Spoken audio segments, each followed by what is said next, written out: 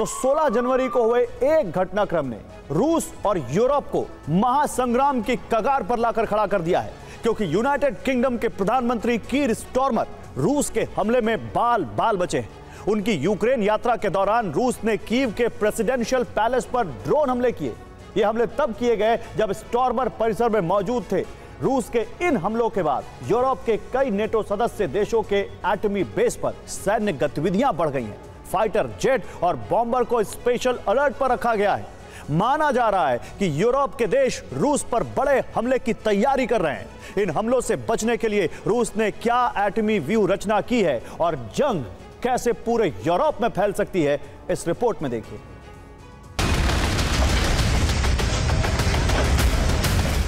America में सत्ता परिवर्तन करीब है और ऐसे में ब्रिटेन के प्रधानमंत्री कीर स्टारमर ने कीव का दौरा किया। राष्ट्रपति जेलेंस्की के साथ स्टारमर ने युद्ध में मारे गए लोगों को श्रद्धांजलि दी, सैनिकों के स्मारक पर फूल चढ़ाए। इसके साथ ही ब्रिटेन और यूक्रेन के बीच एक शताब्दी का सहयोग समझौता हो गया, यानी अब अगले 100 साल तक यूक्रेन को ब्रिटेन से मदद जारी रहेगी। स्टारमर ने कीव में बड़े गर्व के साथ इसका ऐलान किया।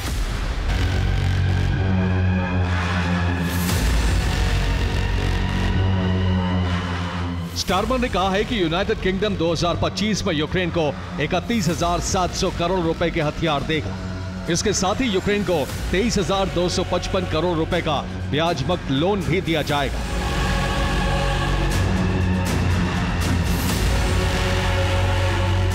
इस समझौते के बाद राष्ट्रपति जेलेंस्की ने ड्रोन वॉरफेयर के कुछ अहम हथियार स्टारमर को दिखाए और इसी दौरान पुतिन ने कीव पर धावा बोल दिया।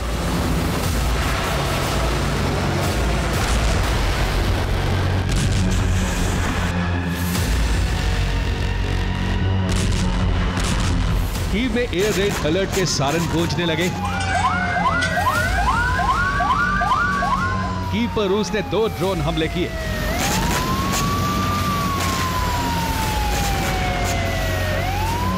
रूस का ड्रोन कीव के प्रेसिडेंशियल पैलेस के नजदीक पहुंच गया। यूक्रेनी एयर डिफेंस सिस्टम ने रूस के ड्रोन को हवा में ही नष्ट कर दिया।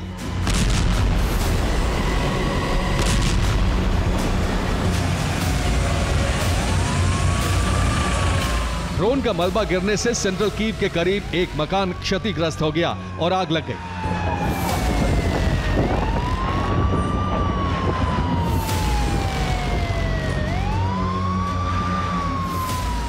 इसके अलावा एक कार भी ड्रोन का मलबा गिरने से खाक हो गई।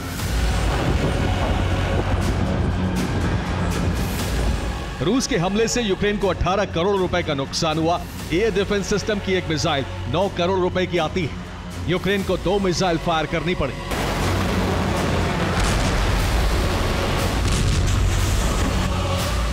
लेकिन रूस के इस हमले को यूक्रेन पर नहीं बल्कि ब्रिटेन के पीएम पर हमला माना जा रहा है।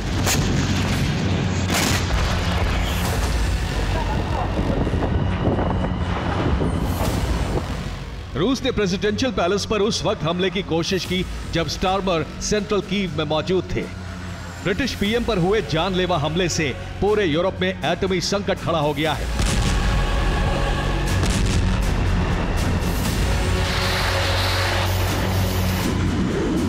नेटो ने अपने लॉन्ग रेंज मिसाइल बेस को वॉर रेडी कर दिया है।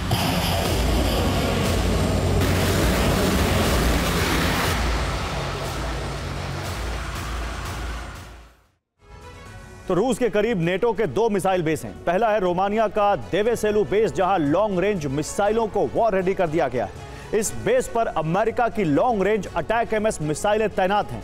इसके साथ ही यहां लॉन्ग रेंज टॉमहॉक मिसाइलें भी तैनात की गई हैं। रूस के करीब नेटो का दूसरा मिसाइल बेस है पोलैंड का रेज़िकोवो। यहां Aegis missile defence system war ready कर दिया गया है। यहां लॉन्ग रेंज हार्पून मिसाइल तैनात की गई है। इसके साथ ही रूस पर हमले के लिए TOW मिसाइल भी तैनात है। इसके अलावा यूरोप में नेटो के न्यूक्लियर बेस पर भी सैन्य हलचल बढ़ गई है। यूरोप में नेटो के 8 से ज्यादा न्यूक्लियर बेस हैं, लेकिन कीव पर हमले के बाद नीदरलैंड्स के वोल्केल एयर बेस पर फाइटर जेट स्क्रैम्बल किए जाने की रिपोर्ट है। इसके साथ ही बेल्जियम के क्लेन ब्रुगेल एयरबेस पर भी सैन्य गतिविधि तेज हुई है। जर्मनी के बुशेल एयरबेस पर भी फाइटर जेट की आपात उड़ान की रिपोर्ट है। इन सभी बेसेस पर अमेरिका के 50 न्यूक्लियर वॉरहेड रेडी हैं। जिन्हें फाइटर जेट से लॉन्च किया जा सकता है।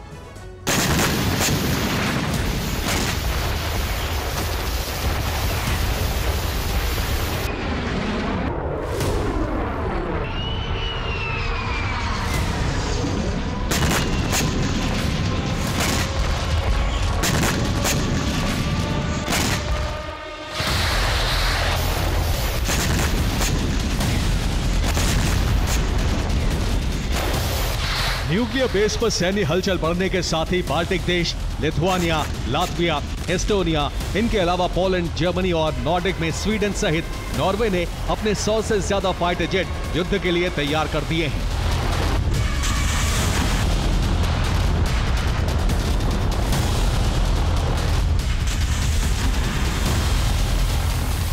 नेटो की तैनाती को देखते हुए रूस की तीनों सेनाओं ने आपात स्थिति से निपटने के निर्देश जारी कर दिए हैं।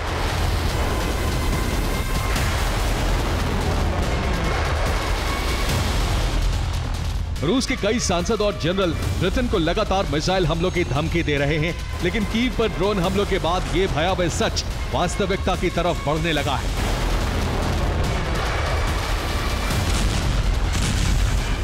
नेटो की मिसाइल तैनाती को देखते हुए रूस ने भी यूरोप की घेराबंदी तेज कर दी है। पुतिन ने अपने मिसाइल बेस, एटॉमिक बॉम्बर और नेवल न्यूक्लियर फ्लीट की व्यूह रचना पूरी कर ली है।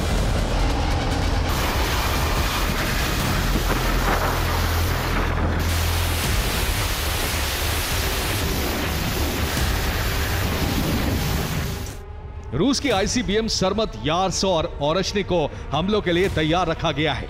रूस के 12 आईसीबीएम बेस पर स्पेशल अलर्ट जारी कर दिया गया है। इन 12 बेस पर रूस की 312 आईसीबीएम तैनात है। इसके साथ ही एंगल से बेस पर रूस के 25 न्यूक्लियर बॉम्बर्स को वॉर रेडी रखा गया है। इन बॉम्बर्स पर 50 KH-55 SM क्रूज मिसाइलें तैनात हैं। इन सभी मिसाइलों में 2 किलोटन के न्यूक्लियर वॉरहेड लोड किए गए हैं। इसके साथ ही नॉर्दर्न नेवल फ्लीट को नॉर्थ सी में तैनात कर दिया गया है। इस नेवल फ्लीट के युद्धपोतों पर ज़िरकॉन हाइपरसोनिक मिसाइलें तैनात हैं। इन मिसाइलों में 4 से 8 किलोटन के न्यूक्लियर वॉरहेड लगाए गए हैं।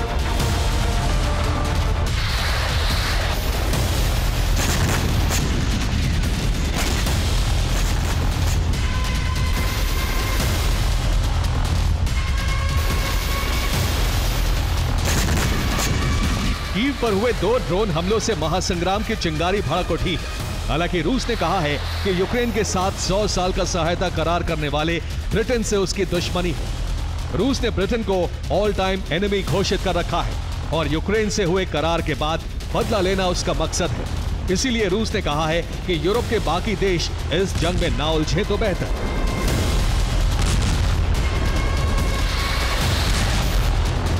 लेकिन ब्रिटेन पर हमले हुए तो नेटो को नियम के मुताबिक जंग में उतरना होगा और इसी के साथ तीसरा विश्व युद्ध शुरू हो जाएगा।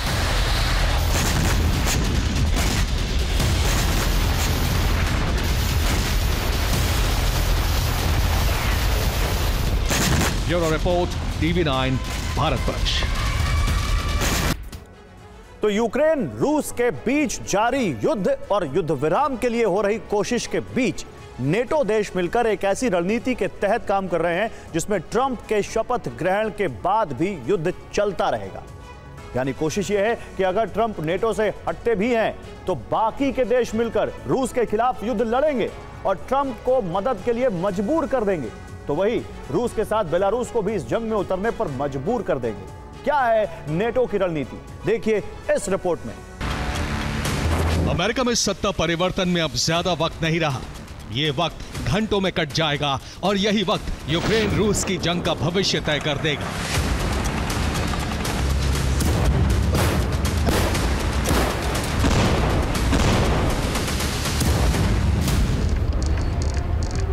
विश्व में खुले जंगी मोर्चे का मुख्य केंद्र उसी दिन सबसे ज्यादा हलचल से गुजरेगा। नए कार्यक्रम बदलेंगे, चलते रहेंगे या नए कदम उठाए जाएंगे।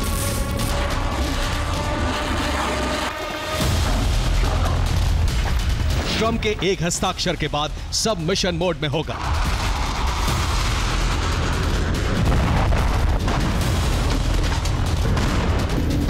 तो क्या ट्रंप रूस के खिलाफ युद्ध में यूक्रेन के मददगार बन जाएंगे या फिर शांति समझौते की दिशा में वो अहम कदम उठाएंगे? सवाल दो हैं, लेकिन दोनों सवालों के जवाब कई विकल्प खोलते हैं।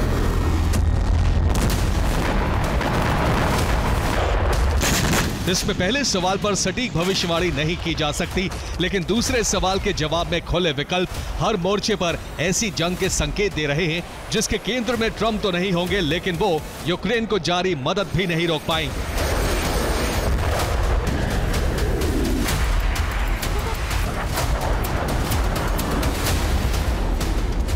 जब ट्रंप लेंगे शपथ, जंग होगी जबरदस्त।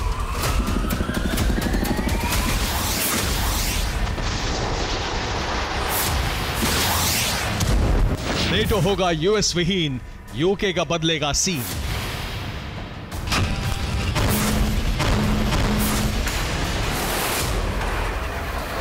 दरअसल अमेरिका में सत्ता परिवर्तन के साथ ही रूस यूक्रेन के मोर्चे पर एक ऐसा प्लान एक्टिवेट हो जाएगा जिसमें ट्रंप की भूमिका यूरेशिया में शांति स्थापना की होगी।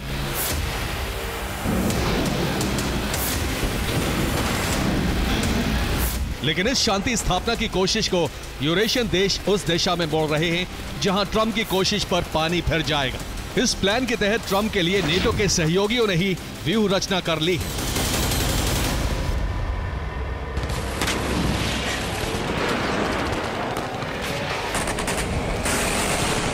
और प्लान यह है कि ट्रंप की शपथ लेते ही रूस के खिलाफ जंग छेड़ दी जाए। इस फैसले का ट्रंप विरोध करेंगे तो अमेरिका नेटो के बाहर हो जाएगा।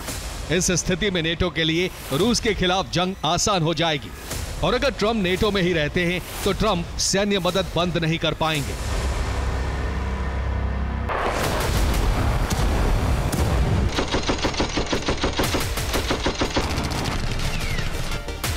इसमें हैरान करने वाली बात यह है कि नेटो के यूरोपियन पार्टनर्स ने इस फैसले के तहत कदम भी आगे बढ़ा दिए हैं, जिसमें यूक्रेन के पश्चिमी हिस्से में जंग की तैयारी के लिए सैन्य अभ्यास और पूर्वी क्षेत्र में सेना की तैनाती का खाका तैयार हो चुका है।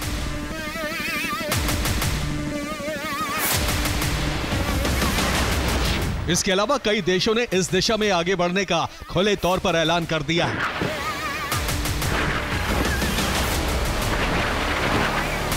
हालांकि तैनाती पीस कीपिंग फोर्स के रूप में होगी, लेकिन रूस के लिए यह नेटो की ही तैनाती मानी जाएगी।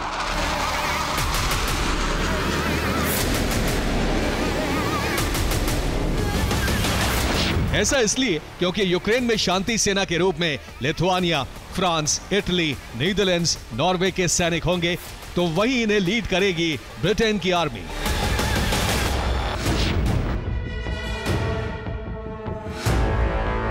यानी ट्रंप के रूस को लेकर नर्म रुख ने यूरोपियन देशों में एक ऐसा माहौल बना दिया है जो अमेरिका के बिना उन्हें लाचार होने का एहसास करा रहा है। लेकिन वो साबित करना चाहते हैं कि यूरोपियन देश लाचार नहीं है, वो अमेरिका के बिना भी संयुक्त रूप से फैसला ले सकते हैं। वो रूस जैसे शक्तिशाली देश से खुद टकरा सकते हैं।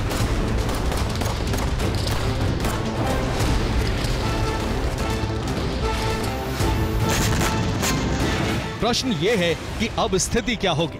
अमेरिका विहीन नेटो के सदस्य क्या करना चाहते हैं? पीस कीपिंग फोर्स के नाम पर वो कैसे रूसी फोर्स से मुकाबले की तैयारी में हैं? उनकी पोजीशन क्या होगी? और ये शांति सेना युद्ध के लिए ही यूक्रेन में उतरेगी? इसका संकेत क्या है? जवाब आपको चौंका देगा।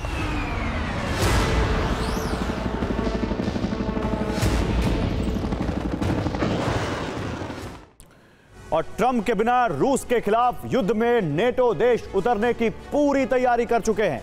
इस तैयारी के तहत यूक्रेन के उस पूर्वी क्षेत्र में यह सेना तैनात होगी जिसके बाद रूस के कब्जे वाला क्षेत्र शुरू होता है। इसमें फ्रंट लाइन नीपर नदी का एक किनारा होगा जहां सेनाएं तैनात होंगी। इसी क्षेत्र से रूस के नियंत्रण वाले हिस्से में तैनात रूसी सेना को पीछे की तरफ धकेलने की रणनीति बनाई गई है। और इस प्लान के एक्टिवेशन का सबूत है इस समय यूक्रेन में नेटो सेना का दखल, जिसके तहत पोलैंड में एयर डिफेंस सिस्टम तैनात किए गए हैं। और इस तैनाती का मकसद है यूक्रेन के पश्चिमी हिस्से में जारी नेटो सेना की ट्रेनिंग, जिसमें फ्रांस की मुख्य भूमिका है। यहीं से नेटो सेना पूर्वी यूक्रेन की फ्रंट लाइन पर तैनात होगी और फ्रंट लाइन से रूस के खिलाफ हमले होंगे, जिनमें टारगेट वो हिस्से होंगे जिन पर रूसी सेना का कब्जा है। इसमें क्रीमिया भी शामिल है।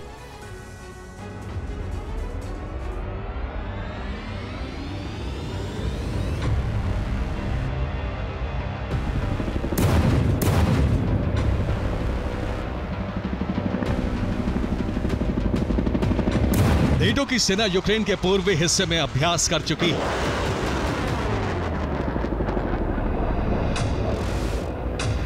जिसके बाद ड्रोन ऑपरेटर्स और साइबर सैनिकों की ट्रेनिंग दी गई।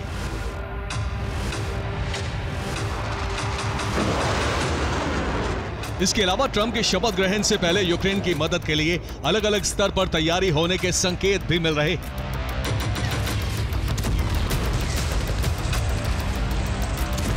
फ्रांस सैनिकों के लिए ट्रेनिंग प्रोग्राम चला रहा है। फ्रांस मिराज 2000 की डिलीवरी भी देने जा रहा है। ब्रिटेन यूक्रेन में सेना भेजने की तैयारी में जुटा है।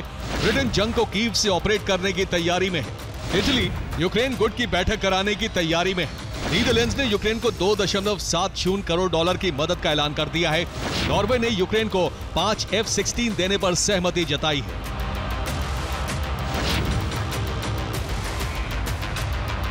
इसका साफ मतलब है कि भले ही ट्रंप शांति स्थापना की दिशा में आगे बढ़े, लेकिन नेटो जंग को भड़काने की तैयारी में जुट गया है।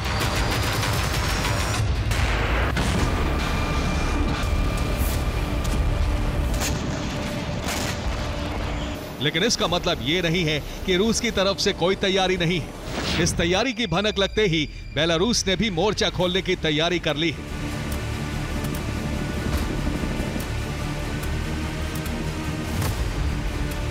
जिसमें यूरोपियन सेना की सीमा पर मौजूदगी को खतरा मान लिया गया है और यह खतरा बेलारूसी सुरक्षा परिषद के राज्य सचिव ने खुद जताया है।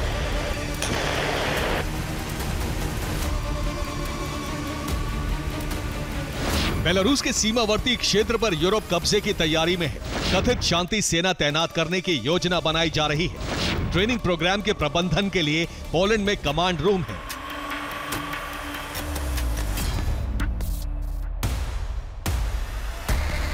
इसके अलावा रूस ने एक बड़ा खुलासा किया है, जिसमें बताया गया है कि नेटो के पूर्वी हिस्से में कई देशों के हथियार तैनात कर लिए गए हैं। वो विमान से रूस की निगरानी कर रहे हैं। यही वजह है कि पुतिन के करीबी ने नेटो को अब डायरेक्ट चेतावनी भी दे दी है।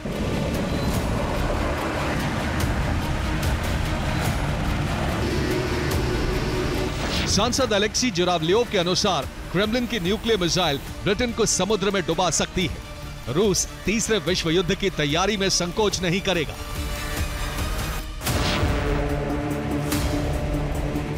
मतलब साफ है कि यूरोप ने अगर शांति समझौते में खलल डाली या युद्ध छेड़ा तो जवाबी हमला न्यूक्लियर विनाश होगा। हालांकि ये कार्रवाई रूस को उकसाने की भी हो सकती है, लेकिन पुतिन ने इस कार्रवाई के खिलाफ बेलारूस से मुहाना खोलने की तैयारी भी कर ली है। Bureau report, TV9, Bharatvarsh. तो बीते 10 दिनों से ज़ेलेंस्की रूसी शहरों पर ड्रोन हमले कर रहे हैं। इन हमलों की असल वजह अब सामने आई। दरअसल पुतिन ने यूक्रेन के रण में एक बार फिर वैगनर लड़ाकों को उतार दिया है। पुतिन ने इन्हें पोक्रोवस्क फतेह के लिए भेजा है।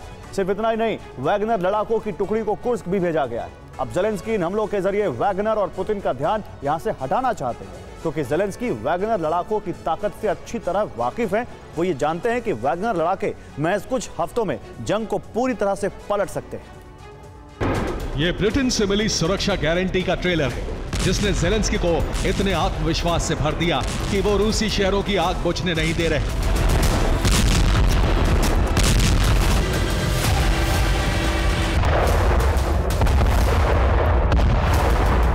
बीती रात रूस के शहर एक बार फिर ड्रोन हमलों से दहल उठे।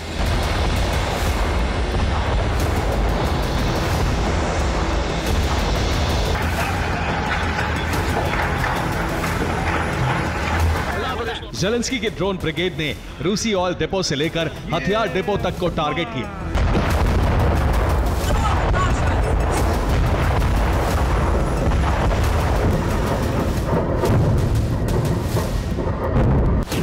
यूक्रेन का टारगेट वोरोनिश, कोर्स्क, बेलगोरोद और ताम्बोव शहर था।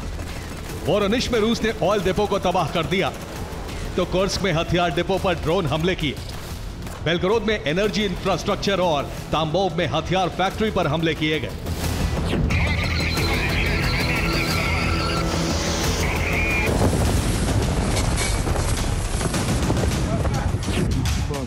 ये वोरोनिश के लिंस्की की तस्वीरें हैं, जहां यूक्रेन ने ड्रोन दागकर ऑयल डिपो को तबाह कर दिया।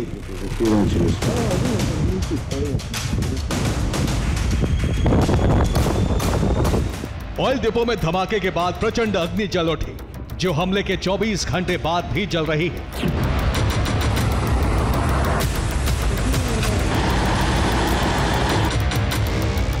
ये दिन का वीडियो है। धमाके के कई घंटे बाद भी ऑयल डिपो में प्रचंड अग्नि की लपटें उठ रही हैं। साथ ही 100 फीट से ज्यादा ऊंचा काले धुएं का गुबार उठता देखा जा सकता है।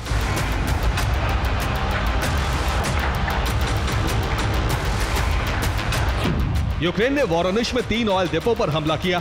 2 ऑयल डिपो 10,000 क्यूबिक मीटर क्षमता के थे, जिनमें लाखों टन डीजल भरा था।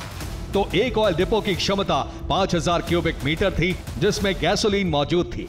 हमले में 1,000 वर्ग मीटर के इलाके में आग लग गई। आसपास की सड़कों को बंद कर दिया गया है। बीते 24 घंटे से आग बुझाने की कोशिशें जारी हैं।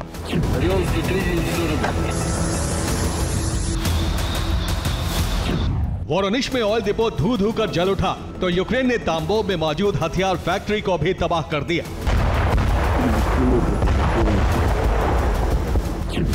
इस फैक्ट्री में गन पाउडर का उत्पादन होता था, जिसका इस्तेमाल छोटे हथियार और आर्टिलरी शेल बनाने में किया जाता था। इसके अलावा यहां कोलोक्सिलीन भी तैयार की जाती थी। इसका इस्तेमाल विस्फोटक बनाने में किया जाता था।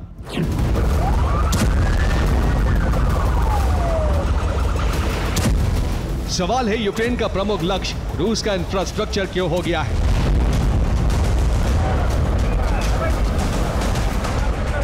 दरअसल इस सारी कवायद के पीछे ज़ेलेंस्की का लक्ष्य पुतिन का फोकस कुर्स्क और डोनेस्क से हटाना है, जो इस वक्त जंग के सेंटर पॉइंट बन गए हैं।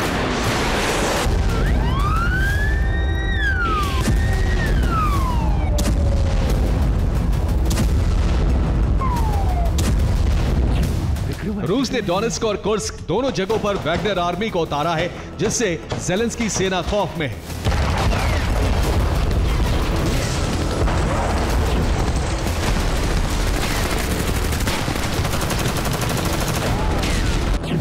दरअसल वैगनर पुतिन की प्राइवेट आर्मी है। इन्हें बेहद खूंखार लड़ाके माना जाता है। इसके ज्यादातर लड़ाके रूसी जेलों में बंद कैदी हैं। वैगनर में सीरिया, लीबिया और अफ्रीकी देशों के लड़ाके भी शामिल हैं। बाखमुत का मजबूत किला भी रूस ने वैगनर के दम पर जीता था। अब पुतिन ने इन्हें कुर्स्क और पोक्रोवस्क में भेजा है, ताकि ट्रंप की शपथ से पहले रूस यहां फतेह हासिल कर सके। पुतिन ने वैगनर आर्मी के साथ कुर्स्क और डोनेस्क के लिए खास प्लान भी तैयार किया है। तो कुर्स्क के मैप पर लाल रंग से नजर आ रहा ये वो हिस्सा है जिसे रूस वापस कैप्चर कर चुका है। नीले रंग वाले हिस्से में यूक्रेन की सेना मौजूद है। सूमी और कुर्स्क बॉर्डर के पास जुरावका और प्रोखोदी गांव पर भी यूक्रेन का कब्जा है। बॉर्डर से लगते इसी इलाके से कुर्स्क में यूक्रेन की सेना तक हथियार पहुंचाए जा रहे हैं। अब पुतिन ने वैगनर लड़ाकों को इस रूट को काटने की जिम्मेदारी दी है। फिलहाल इन दोनों जगहों पर वैगनर और यूक्रेनी लड़ाकों के बीच जबरदस्त जंग जारी है। पुतिन ने वैगनर लड़ाकों को डोनेस्क की जंग में भी भेजा है। यहां वेलिका, नोवोसिल्का, कुराखोव, तोरेत्स और बाखमुत पर रूसी झंडा लहरा रहा है। लेकिन सबसे अहम पोक्रोवस्क शहर से रूसी सेना अब भी दूर है। ऐसे में अब वैगनर लड़ाके E50 इंटरनेशनल हाईवे की तरफ बढ़ रहे हैं, जो पोक्रोवस्क को यूरोपीय देशों से जोड़ता है। वैगनर इस हाईवे पर कब्जे की तैयारी में है, ताकि पोक्रोवस्क तक यूक्रेनी सप्लाई लाइन को काटा जा सके।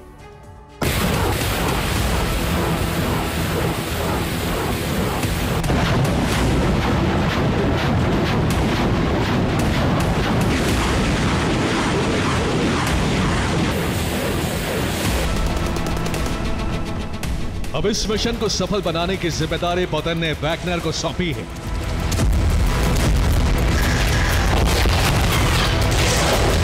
लेकिन सवाल है कि पुतिन को वैगनर आर्मी पर इतना भरोसा क्यों है? दरअसल यूक्रेन में रूस के लिए अब तक सबसे मुश्किल जंग बाखमुत की रही है। सितंबर 2022 में रूसी सेना ने बाखमुत फतेह का अभियान शुरू किया था। रूसी सैनिक 5 महीने तक बाखमुत में 1 इंच भी आगे नहीं बढ़ सके। इसके बाद पुतिन ने वैगनर लड़ाकों को जंग में उतारा। वैगनर ने महज 4 महीने में पूरे बाखमुत पर रूसी झंडा लहरा दिया। बाखमुत के अलावा मारियोपोल फतेह करने में भी वैगनर लड़ाकों का अहम किरदार माना जाता है। यही वजह है कि पुतिन ने अब पॉक्रोवस्क और कुर्स्क की जिम्मेदारी वैगनर को सौंपी है, ताकि किसी भी हाल में यहां रूसी ध्वज लहराया जा सके।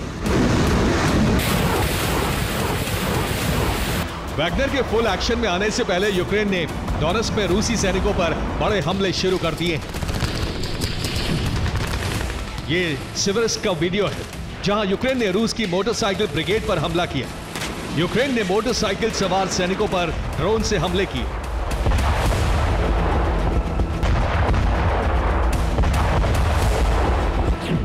यूक्रेन ने 5 अलग अलग दिशाओं में ऑपरेशन चलाया। जंगलों में मोटरसाइकिल सवार सैनिकों को टारगेट किया गया। हमले में रूस के 52 सैनिकों की मौत हो गई। वहीं 39 रूसी सेना की मोटरसाइकिल नष्ट कर दी गई।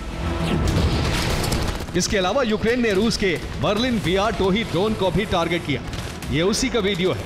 दावा है कि यूक्रेन ने अपने FPV ड्रोन से रूसी ड्रोन को मार गिराया।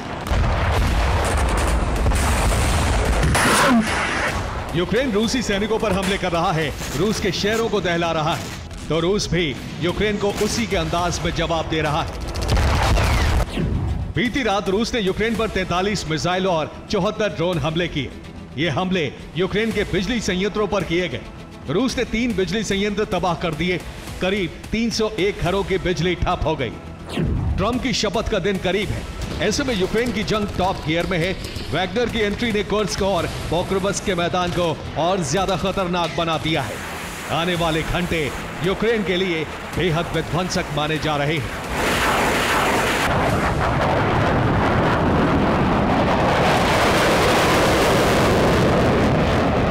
Bureau report, TV9 Bharat. Kursk के बाद अब क्रीमिया पर बहुत बड़ा खतरा मंडराने लगा है। नेटो ने क्रीमिया में कुर्स्क से भी बड़ी तबाही मचाने का प्लान तैयार किया है। नेटो पुतिन और उनकी सेना के खिलाफ रूस के अंदर ही एक साथ 2 बड़े मोर्चे खोलने जा रहा है, यानी कुर्स्क के बाद क्रीमिया। क्रीमिया में स्टॉर्म शैडो और अटैक मिसाइलों से जलजला लाने का खतरनाक प्लान बनाया गया है। नेटो की इस योजना को अंजाम तक पहुंचाने की जिम्मेदारी ज़ेलेंस्की की सेना पर है। सवाल यही है कि यूक्रेन कुर्स्क के बाद क्रीमिया पर भी बड़ा हमला क्यों करना चाहता है? अगर रूस के गर्व क्रीमिया पर आक्रमण हुआ तो इसका अंजाम होगा क्या? कुर्स्क के बाद अब क्रीमिया पर विनाश का बहुत बड़ा खतरा मंडराने लगा है। यूक्रेनी सेना ने नेटो के हथियारों से क्रीमिया में तबाही मचाने की तैयारी कर ली। ज़ेलेंस्की सेना का क्रीमिया ऑपरेशन किसी भी वक्त लॉन्च हो सकता है। क्रीमिया में खतरनाक हमले का प्लान यूक्रेन में मौजूद नेटो के कमांडर्स ने बनाया है।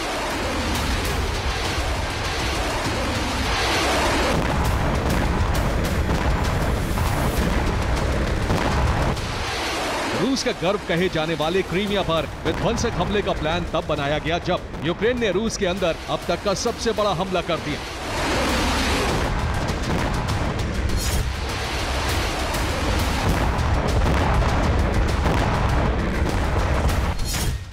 जनवरी 2025 इसी तारीख को रूस के 8 प्रांतों में यूक्रेनी फोर्स ने ट्रिपल टैप अटैक किया।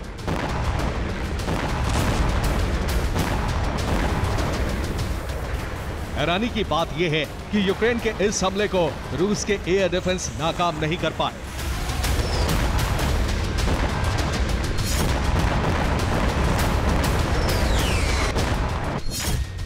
जनवरी को यूक्रेन ने सबसे पहले दर्जनों ड्रोन फायर कर रूसी एयर डिफेंस सिस्टम को उलझाया।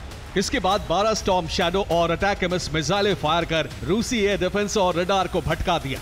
फिर ड्रोन हमला कर रूस के 8 प्रांतों में अपने टारगेट को ध्वस्त कर दिया।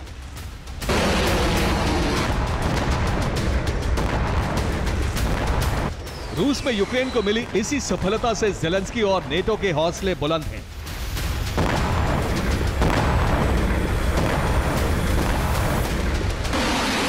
यही वजह है कि यूक्रेन में मौजूद नेटो के कमांडर ने अब क्रीमिया में विनाश का बड़ा दरवाजा खोलने का प्लान बनाया है। क्रीमिया को ब्रिटिश स्टॉर्म शैडो और अमेरिकी अटैक मिसाइल से दहलाने का प्लान बनाया गया है।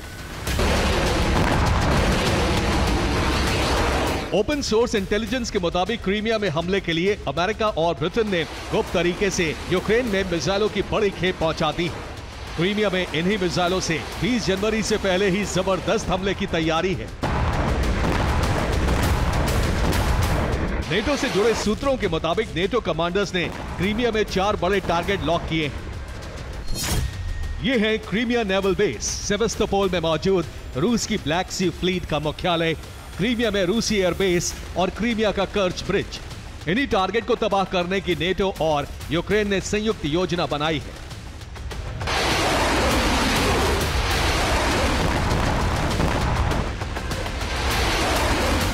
नेटो ने यूक्रेन को हमले के लिए न सिर्फ स्टॉर्म शैडो और अटैकम्स मिसाइलें दे दी हैं, बल्कि कई और नए हथियार भेज दिए हैं।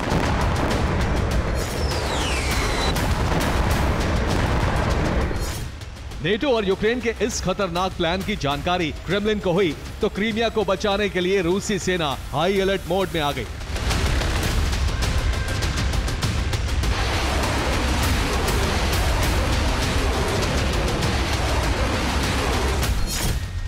एयर डिफेंस सिस्टम की तैनाती कर रूस ने क्रीमिया में 5 लेयर सुरक्षा चक्र तैयार कर लिया है। पहली लेयर में S-500 की तैनाती की गई है, दूसरी लेयर में S-400, तीसरी लेयर में S-300, चौथी लेयर में पंजशीर, जबकि पांचवी और अंतिम लेयर में बुक एयर डिफेंस को मोर्चे पर लगाया गया है। रूस ने क्रीमिया की सुरक्षा के लिए जबरदस्त तैयारी कर ली है, लेकिन नेटो और यूक्रेन भी रूस की सुरक्षा चक्र की काट निकालने में जुटे हुए हैं। नेटो ने रूसी नौसेना के गढ़ काला सागर में खतरनाक षड्यंत्र रचा है।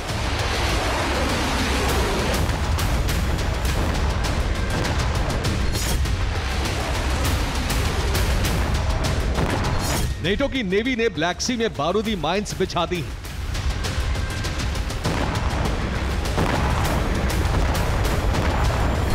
हाल ही में नेटो की नेवी ने ब्लैक सी के पास बुल्गारिया कोस्ट पर युद्धाभ्यास किया था।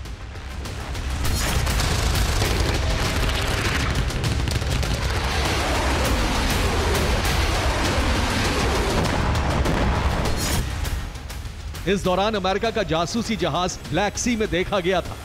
आशंका है कि इसी जहाज के जरिए अमेरिका ने काला सागर में बारूदी माइंस बिछाई हैं।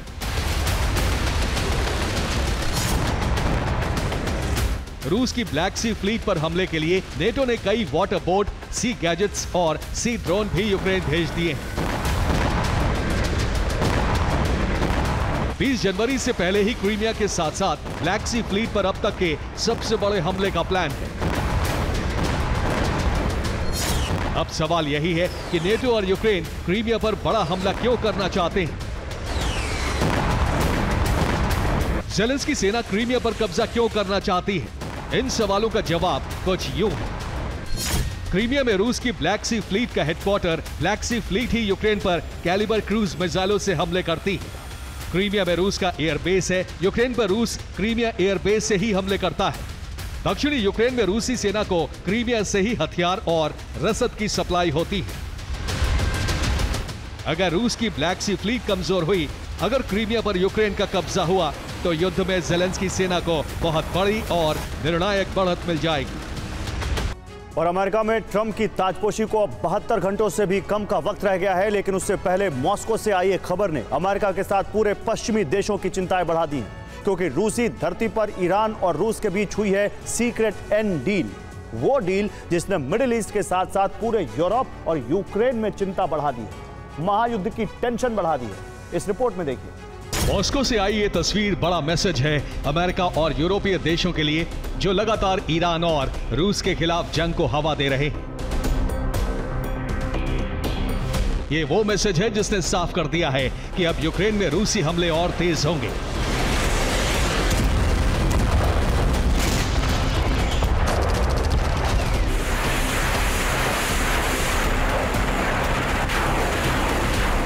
ये अमेरिका को सीधी वार्निंग है कि अगर उसने ईरान की तरफ आंख उठाई तो मॉस्को की मिसाइल का मुंह सीधा न्यूयॉर्क की तरफ घूम जाएगा।